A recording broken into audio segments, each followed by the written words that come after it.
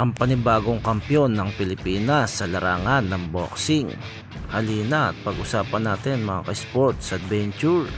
Ngunit bago ang lahat, huwag mong kakalimutang mag-subscribe, like, and share dito sa ating channel para updated ka sa mga bago nating video. Halina at pag-usapan na natin to mga ka-sports adventure.